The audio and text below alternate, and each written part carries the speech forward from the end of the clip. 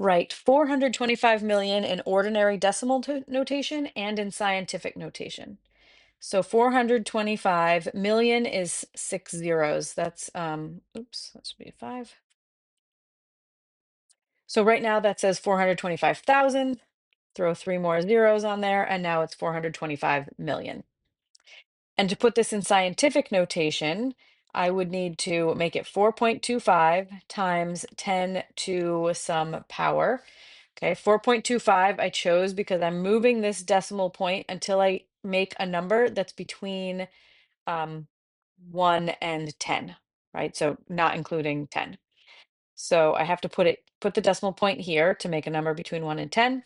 And then I have to know, okay, how many places did I move that decimal point? 1, 2, 3, 4, 5, 6, 7, 8. So 4.25 times 10 to the eighth.